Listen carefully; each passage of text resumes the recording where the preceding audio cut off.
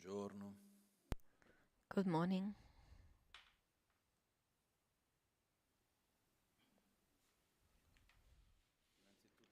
First of all, it's a great pleasure to be here after 2 months.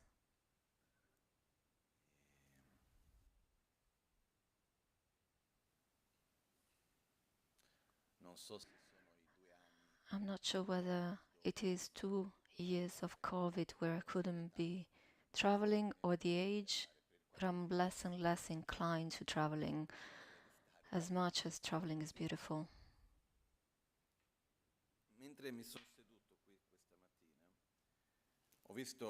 Sitting here, saw this small dragon statue.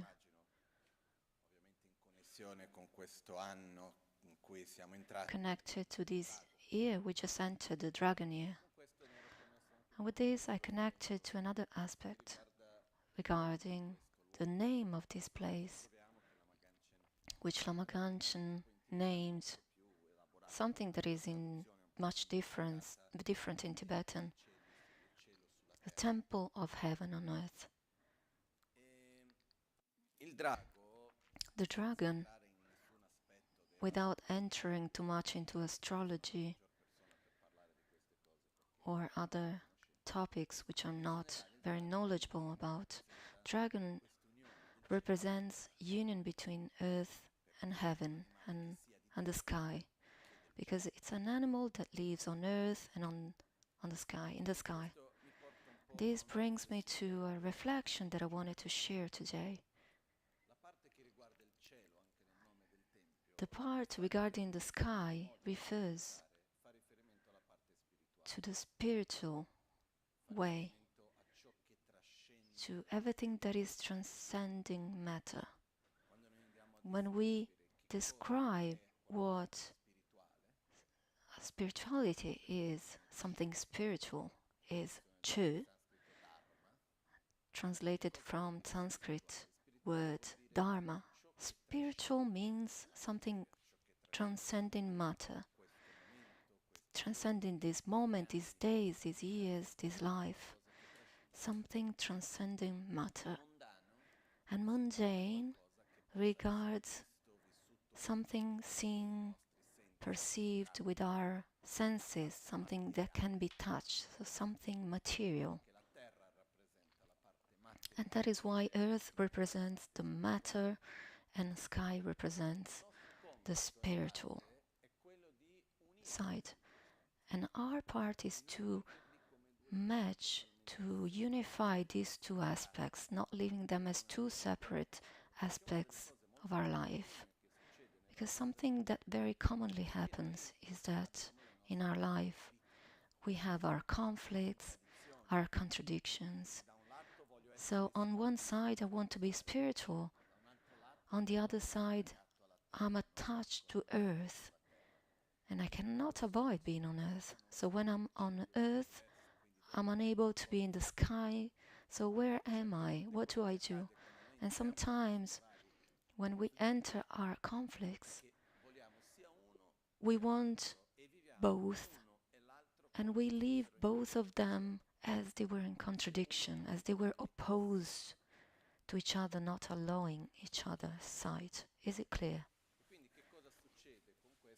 So what happens? When I'm with one of these aspects, I want the other one, but I also have a certain kind of aversion, and this creates contradictory feelings. So there are some things, some aspects where we can't have both, but some situations where we can integrate both of them. So not only having the spiritual and the mundane sound, but match them, mold them into one thing. But we always have the tendency to start from a situation where both aspects are divided. So to do this, what do we intend for the spiritual path? What do we mean by spiritual? I was in Nepal, and one of the most beautiful moments to me was when I met a friend after many years. A person I shared lots of beautiful moments in India, and then afterwards he was a disciple of Lama Michel Rinpoche, and sooner or later he will come here. He's a geshe. When I met him, one of the most touching moments was being with someone with whom you feel a sincere relationship, a profound one, without contradictions, without contradictory interests. Because sometimes I say I love you, but I also want this and that from you.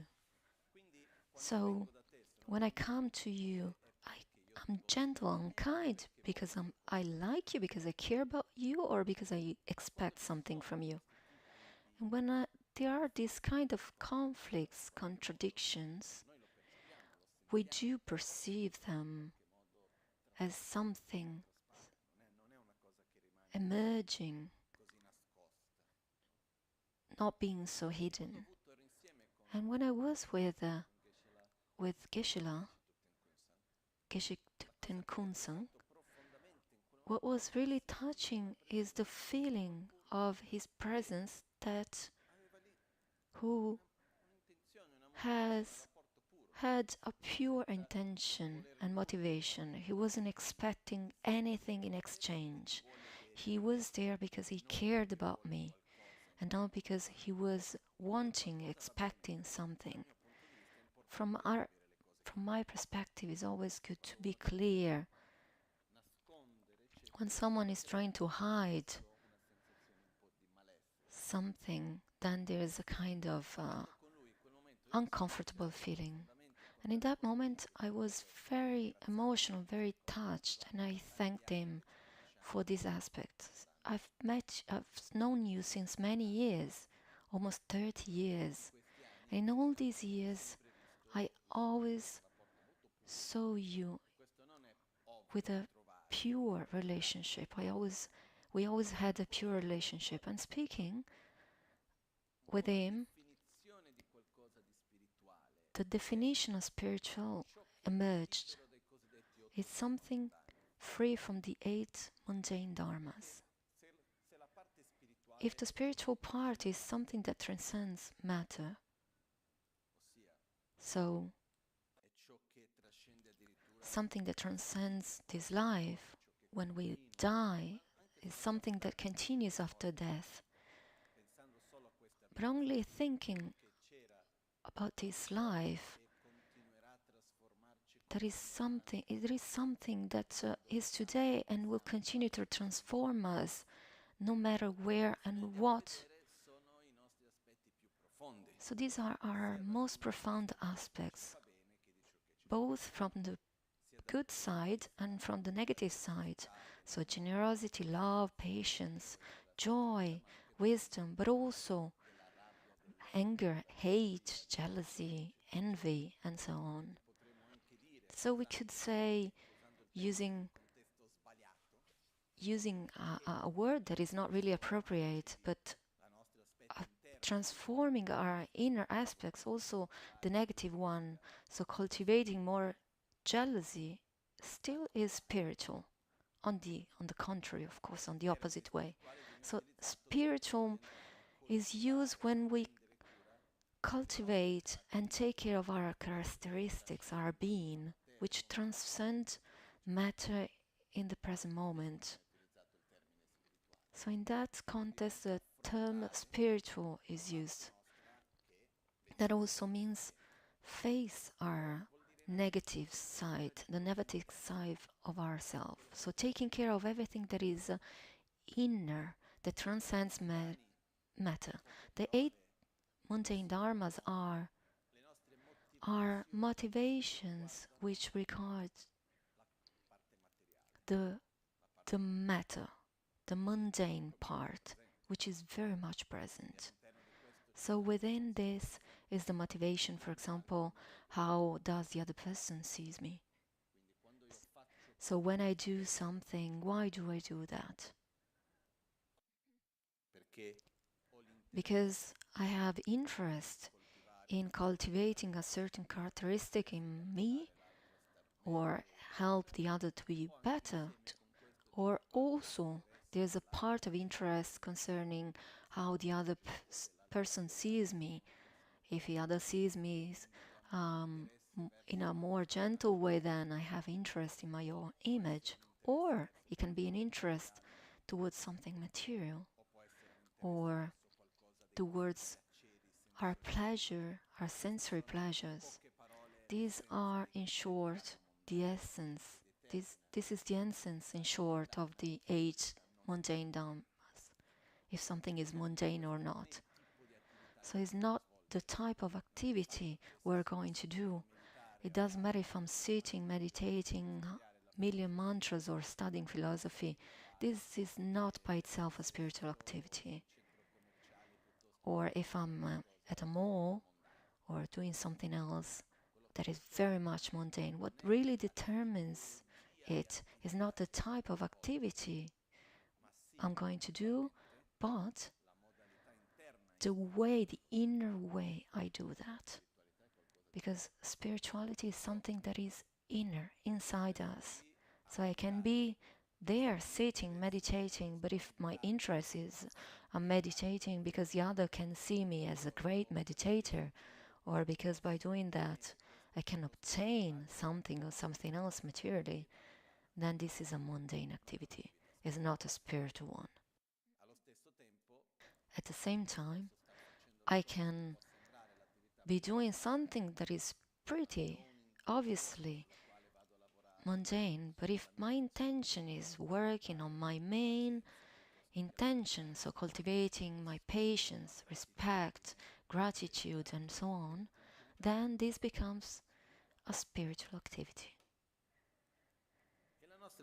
So our tendency, our attitude is to see our spiritual path not as an inner way, but as an outer way. For example, I saw several times that when someone gets acquainted with the spiritual path, he or she he makes an effort to keep up with the mundane aspects of their life, as if it was something that was a waste of time or to be avoided, but nurtures more attraction towards something that is very much spiritual. On one side, this is okay, but the objective is not to abandon mundane activities. But what I see very often is that people try to avoid completely mundane activities and live a completely spiritual life. And that means running around in circles, but then being always at the same point, because dynamics are still the same.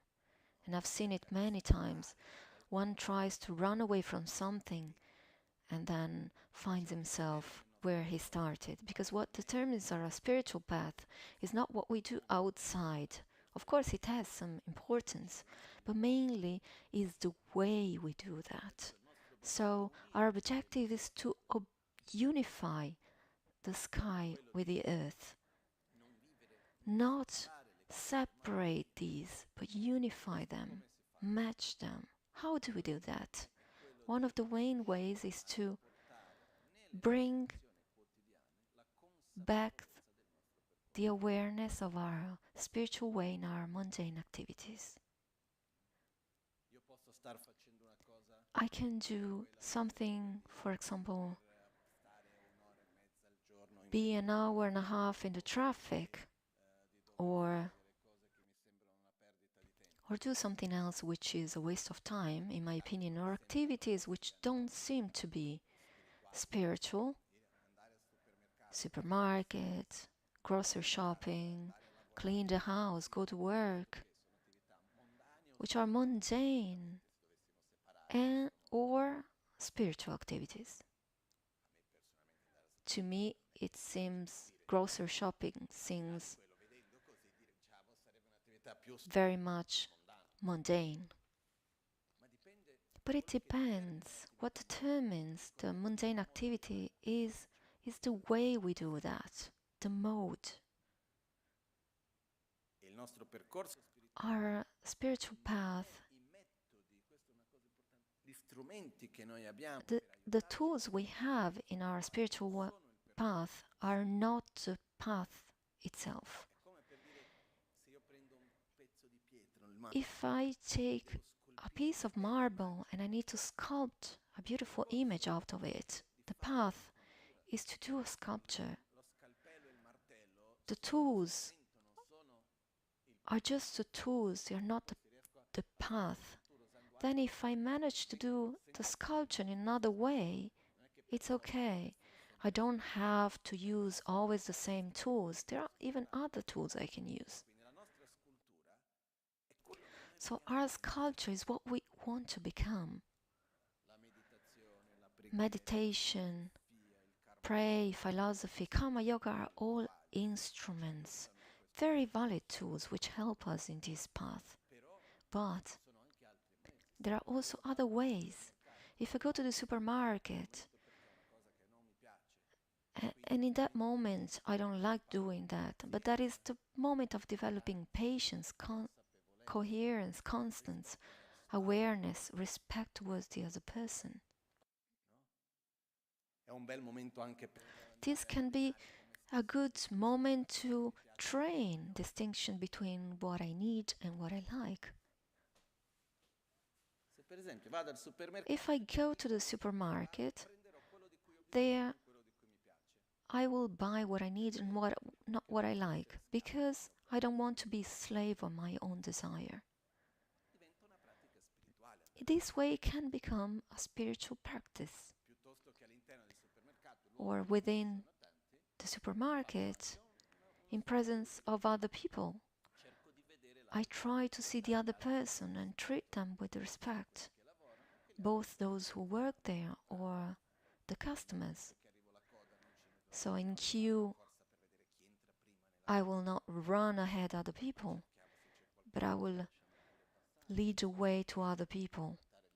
We will treat others with respect. We will greet other people who are in front of us, who are working, and treat them with sincerity, and leave this moment as a working process. So we go back home and we think, I went to the supermarket and I trained my patience, awareness, the ability to distinguish what I need and what I want, train myself in satisfaction. So I come back after 3 hours in the traffic. What did I do? I had a great opportunity to practice patience and presence in the present moment, awareness of interdependence, instead of complaining that I was blocked in the traffic. So everything we live, every activity, has 3 aspects. What we do externally, physically, the attitude, we do that,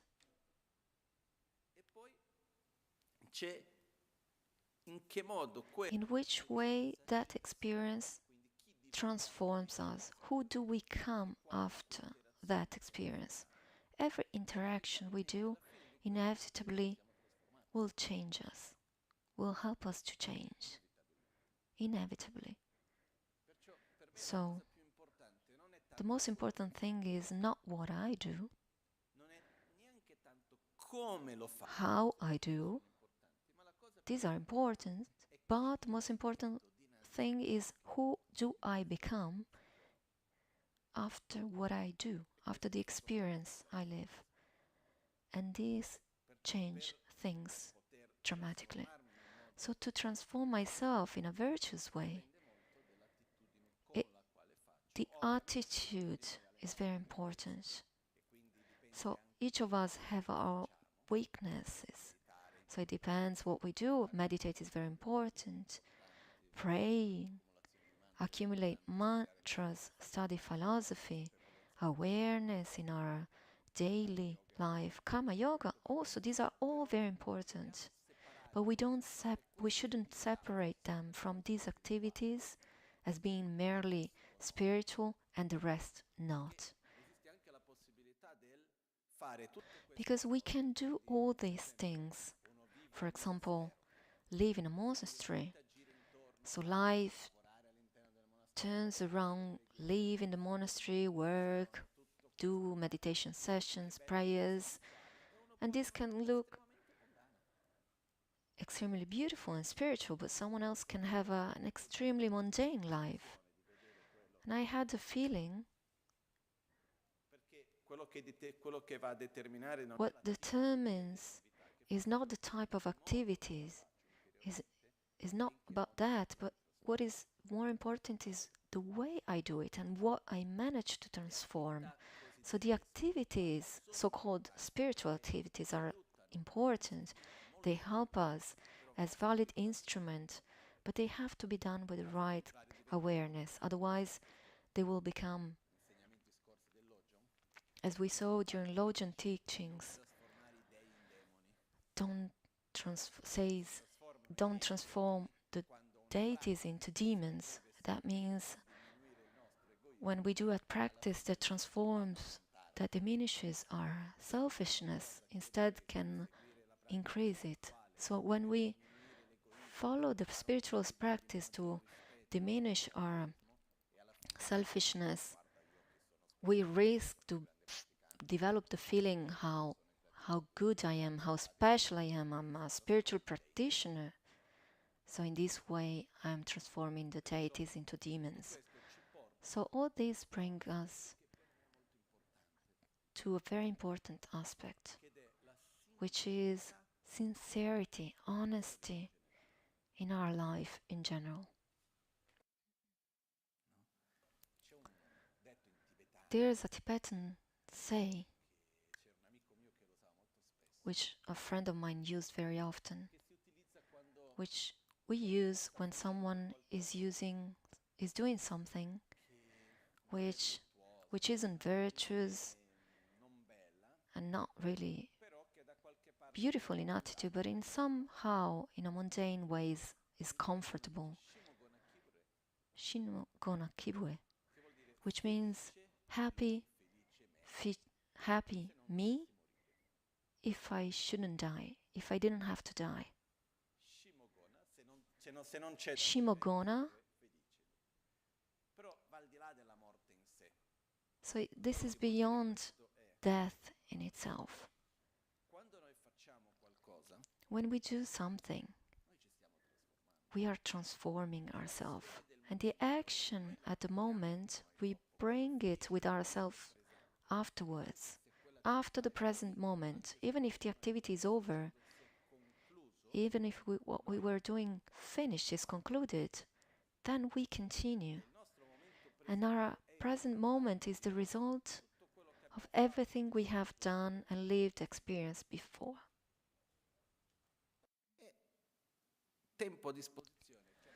So the time we have is limited,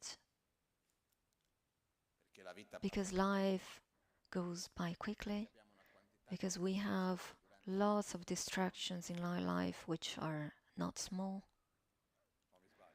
Am I wrong?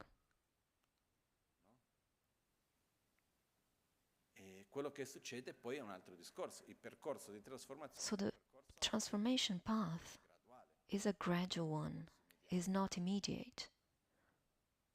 So if we are not sincere, honest with ourselves, at the end, the danger is to believe that we're doing something, instead we're doing something else. Is it clear? So it is essential to do we spoke about this, to stop once in a while and ask ourselves, after all, what do I want? Because we want many things which are in contradiction to each other.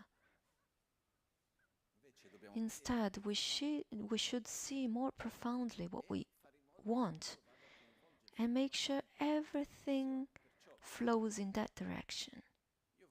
So I want to be in peace. I want to be okay with myself and with others, help myself at a profound level, overcome my conflicts, my cycle of suffering, so-called samsara. So at this point, priority isn't what I do, but the way I transform myself.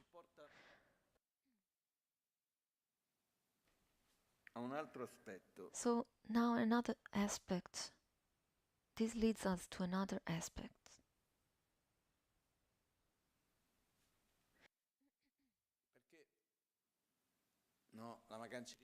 Lama Michel Rinpoche sometimes said, this body is like a hotel room. Now we're here, then we check out, then we travel, we will check in somewhere else in another hotel. But there is a moment where we have to leave the room. So this body with the context we live in, because the body is not only the body itself, but it's the context, the social context, the material one, which sooner or later, even the connections remain, stay, but this context will finish soon.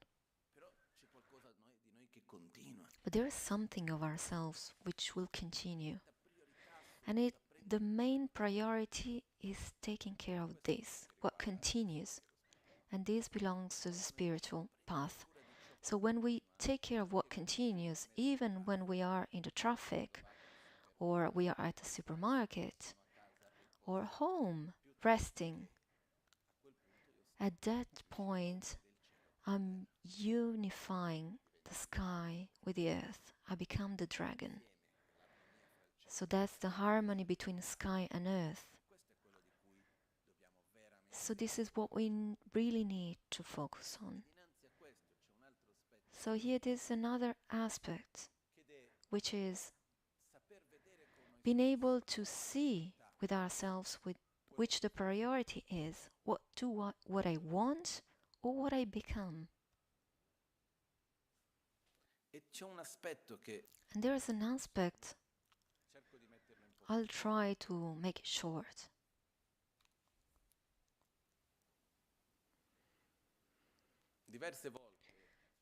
Very often we said one of the first steps in our path is stop feeling the victim, which is not only being the victim of other people, but also in general seeing that ourselves are stop seeing ourselves as the world surrounding us. I feel like that because someone else did that, and there's another situation, and so on. And we let control go. We are in the hands of the world instead of taking control of the situation and decide how I want to handle it. To use another metaphor, let's imagine to be at sea.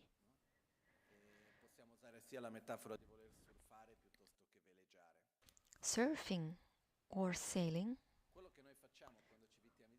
When we are the victim, which is a very common attitude, is to complain that the wave is not the right wave, the wind isn't coming from the right direction, current isn't as it should be. I did check the weather forecast. I've been waiting here for a long time, but the right wave isn't coming. Look at this, look at that. I'm sailing, I'm surfing, I want to go there and the current is taking me somewhere else. So we try to control everything that is external, waves, currents, the wind, and so on. So when the wind, waves, and current go in the right direction, then everything is okay. And we have this sort of illusion that we have the control of the situation. So things are as they should be. It's like everything is okay. But currents change. At a certain point, they change direction, and at that point, there's a tragedy. Everything is not okay. What did I do wrong that the current has changed direction? You haven't done anything. Currents don't depend on you. The key is not to control currents, wind, waves. The key is being able to sail. Key is have the resources to understand, no matter where the wind, the current, the wave goes, I will manage to sail in the direction I want to. So what do I need to do when there's no wind, when there's a lot of wind? So my job is not to control the ocean, but to be able to sail properly and adapt to the weather.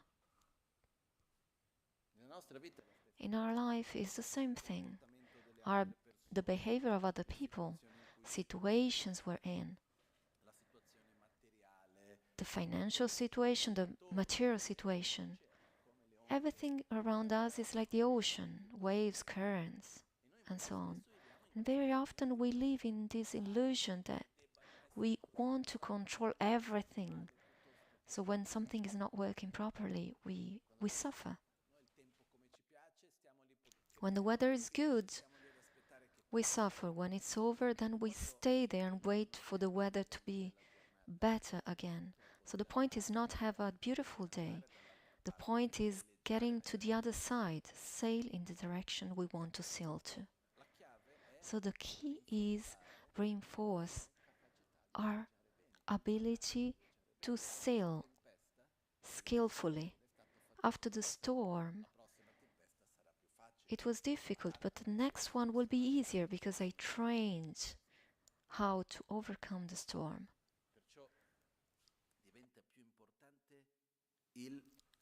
So it is more important that my skills, my resources, my abilities on how to sail are more important than having control on the sea.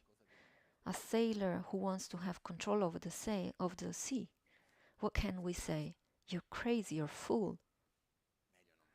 Better not to sail if you think like that.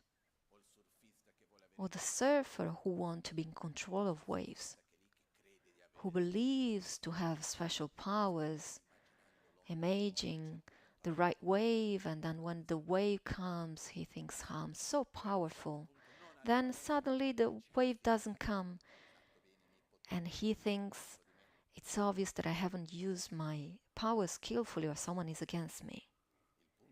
The point is not having control of waves. The point is being able to surf skillfully, find the right wave, wait skillfully, and being able to adapt to what it is, to what there is. In our life is the same. Our objective to surf the wave or sail is to transform ourselves in a way that we have more stability, joy, being more able to help others, live our life in a virtuous way, grow innerly. So our job is to sail skillfully, not to control the sea.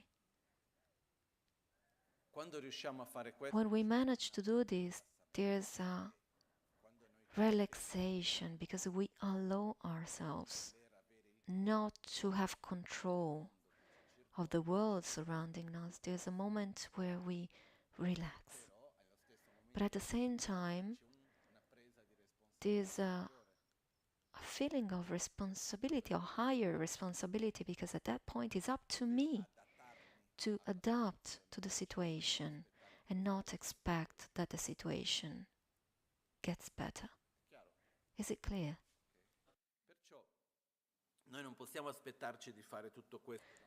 We cannot expect to do all these from one day to the other one. As a first step, we have to be aware. When we spoke about the mundane dharmas, is there someone here who puts the dharmas into practice? So when he or she does something, he does it with, he does it skillfully. Is there someone who doesn't practice the mundane dharmas? I have the feeling not. But there's a fundamental aspect. I'll use another metaphor. It is important to see where the light is and go towards the light. But it's also important to recognize and welcome the shadow. If we want to use another example, it's like dirt and cleanness. Seeing the dirt isn't enough. I can see the dirt, but I don't have the image of how clean would it be. So it's okay, it could be okay like that, but if I have an idea of cleanness and I can't see the dirt, then I'm also unable to clean. But if I see what my level of cleanness is and I see a place that is clean, at that point I can engage in a cleaning path. So my aim is to go towards clean, not towards dirt. Same, go towards light, not towards shadow. So one of the main aspects is, yes, we are taken by the mundane dharmas, by our selfishness. One of the main points when we speak about selfishness are the mundane dharmas. So first step is to say, yes, I'm selfish. I'm guided by the mundane dharmas. I'm aware of this, but how do I want to be, to become? It would be nice not to be like that. And here we have to be sincere, to welcome what we are and walk towards what we want to become. This is one of the main essential points, and it means unifying the sky with earth. I cannot deny what I am, my mundane aspects, and become totally spiritual. I need to welcome what I am and walk towards what I want to become, what I want to be. This is fundamentally important. And regards our sincerity, welcome what I am and not deny what there is, but at the same time being sincere of what I want to be, and if what I'm doing internally and externally is coherent with what I want to become.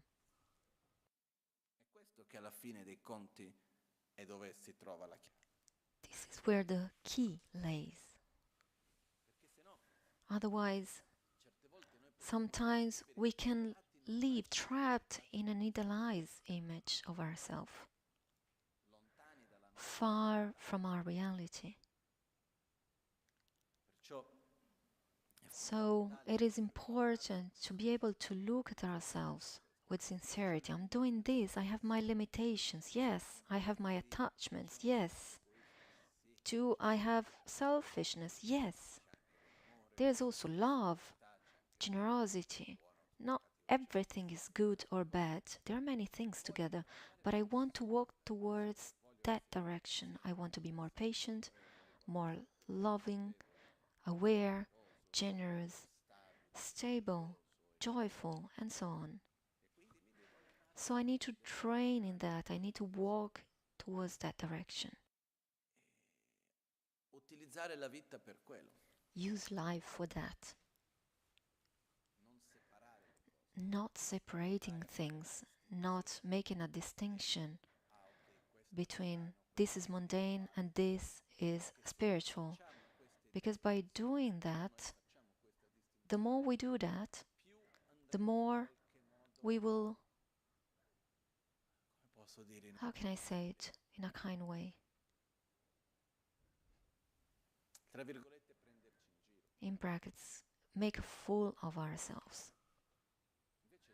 Instead, we need to transcend this distinction and unify and merge. So our spiritual path requires, honestly, effort, constance, presence, love towards ourselves, towards the others, gradually integrating it in everything. It's not possible to follow a spiritual path, a profound one, a sincere one, in a certain context of life and not in another one. It is a full-time job. Since I wake up again the day after. There's no here yes and there no. I will do something more spiritual and then I will do something else which is completely mundane. We're making a fool of ourselves. I did something very spiritual, I gained so many merits, now I can do something else. It's not a process of compensation. It is a process, a profound, sincere process of transformation. If we didn't have to die, we would be happy. That means when we die, all the mundane part ends, so we bring all the spiritual path with us. If I didn't have the spiritual path, everything would work. But it's not like that. Isn't it clear? So, because we have something that transcends matter, it is important taking care of that. And this requires sincerity in our actions. Asking ourselves where I am going, in which way am I transforming myself, and how do I want to do it. And this means accepting ourselves with love, walk towards I want to go. And remember that every moment is a moment where we're transforming ourselves, training in everything. So in every situation we need to use, every situation must be used to develop respect, gratitude, patience, humbleness, love towards everything we want to become. Then if there's someone who wants to be more angry, selfish, arrogant, that's okay, you can train that. It's a matter of choice. Who do I want to become when I grow up? That's the point. When I visited my grandpa last time, he celebrated 100 years old. Everyone said, "Oh, nice a person, so calm, gentle, respectful, loving," and he is really like that. But this is not a miracle that happens from one day to the other one. It's a life lived in this way which manifested in this result. In a life he cultivated respect, patience, calmness, and so on. So when you get very old and you manifest what you familiarize with, you don't get old and suddenly you've changed. So the question is, which kind of elderly do I want to become? And which kind of child do I want to become after that? And what am I doing now based on that? So I want to conclude returning to the fact that we shouldn't try to separate our activities. This is spiritual and that is mundane. That is part of our life. Even if at a mundane level, work, family, financial, physical level, meditating is good, philosophy is good, mantras are positive, and all the spiritual activities are also beneficial also from a mundane point of view. But the mundane activities can and should become spiritual practices. This is very important for us and very possible. So let's try to unify, to match things instead of separating them, which is the same thing. Now we don't have time. I will just touch it briefly. It's the same thing. Overcoming duality between mundane and spirituality, there's also the need to overcome the duality between myself and the other person. When we do something for myself, for the other person is not a sacrifice. And when I do something for myself, I'm not neglecting the other. I'm taking care of myself so that I can take care of the other person. There shouldn't be a guilty feeling when we do something for ourselves, nor the feeling of sacrifice when we do something for the other person. Also, again, here we need to unify these two aspects. In other words, the middle way. We need to unify sky with earth. So we can use the image of the dragon. Let's remember the image of the dragon to remember this in our daily life. With lots of love and patience, let's remember this is a gradual path. It doesn't happen overnight. We shouldn't be in a hurry to get there, but to walk in the right direction. So let's do our final dedications.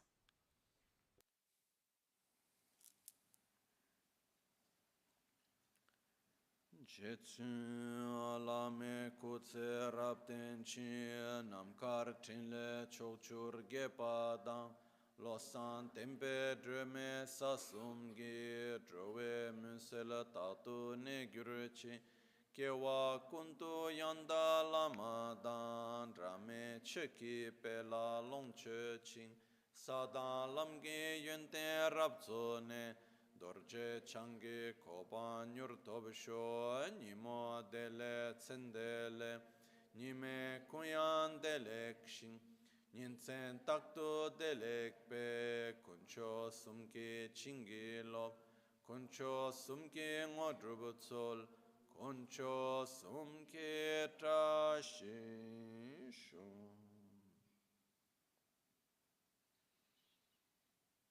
All'alba o al tramonto, di notte o durante il giorno, possano i tre gioielli concederci le loro benedizioni, possano aiutarci ad ottenere tutte le realizzazioni e cospargere il sentiero della nostra vita con molti segni di buon auspicio. At dawn or dusk, at night or midday, may the three jewels grant us their blessings. May they help us to achieve all realizations and spring all the path of our lives with various signs of auspiciousness.